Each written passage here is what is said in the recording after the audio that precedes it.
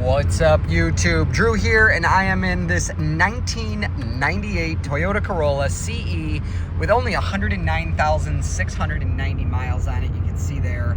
I just wanted to share this with you subscribers. Of course, like any car that's in the dealership's inventory, I will try to remember to post a link in the description for a full tour of this car when it's ready. But I am just mind blown. I try to test cars into the dealership's inventory by taking them on a trip, when I have errands to run, just to make sure they're good cars when they're older like this.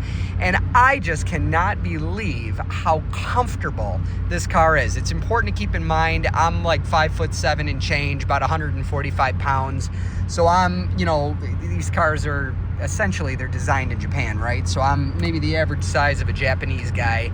I understand a 6'4", 300-pound guy would not feel the same way I do in this car, physically comfortable, but the ride quality is fantastic.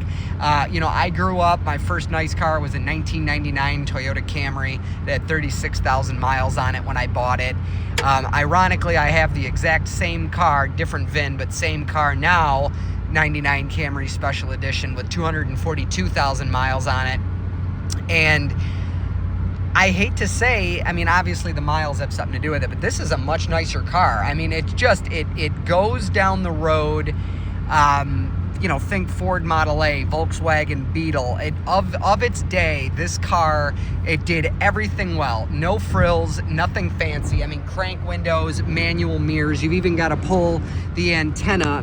You can see it there in the center of your screen. You've even got to pull the antenna up and out.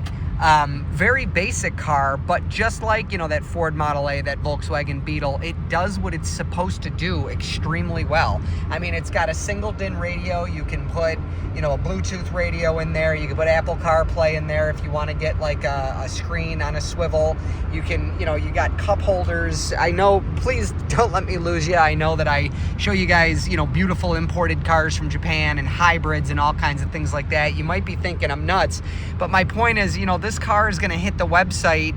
I don't know. It's probably worth $6,500, something like that. Maybe substantially less. I don't know. I'm not at work right now, right? I'm just using this car to go run some errands on my break from work. But point is, for what this car costs, these lasted like 400,000 miles. It's absurdly comfortable. We're going 70 miles per hour.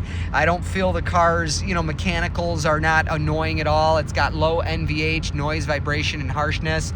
Again, 5'7.5", maybe 5'8" with my boots on. Plenty of space. I'm not going to trade our Suburban for this thing. I'm not going to trade it for a JZS 155 Toyota Crown, but this is a really, really nice car. And considering how simple they were, how little can go wrong, how easy they are to fix, we sell a ton of 9th gen Corollas, 2003 through 2008.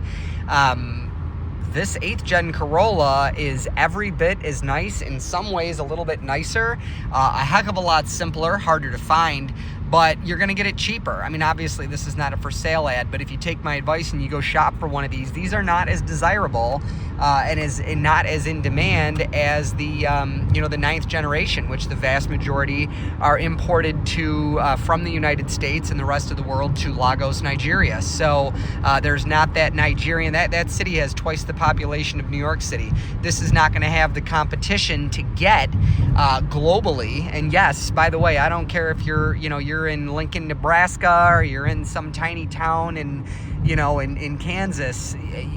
No matter where you are in the United States, the U.S. auto industry, it's a national industry, and there are people here from all over the world buying cars and sending them all over the world. So that includes you in tiny towns like me. I'm out in Brockport, New York, which is 7.5 hours away from New York City, and I compete with people. I buy cars in Florida, and I compete with people from Minnesota and Texas and everywhere else. So it's a very, very global industry. It's national on our level. It's global on my level, if that makes sense.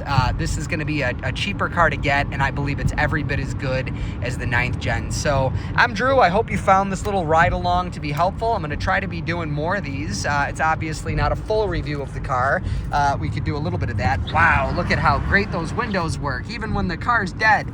Anyways, point is, it's not meant to be a full review, just a ride along. I love this car. I mean, I would, if I had to go to Florida and back tomorrow and I needed something to drive, why not? You know, I mean, this is a very comfortable car. It doesn't have cruise control. An LE model would. It's a very comfortable car. It's great at what it does, and I'll bet I'm probably getting 40 miles to the gallon. No guarantees. But anyways, I'm Drew. This has been another ride along.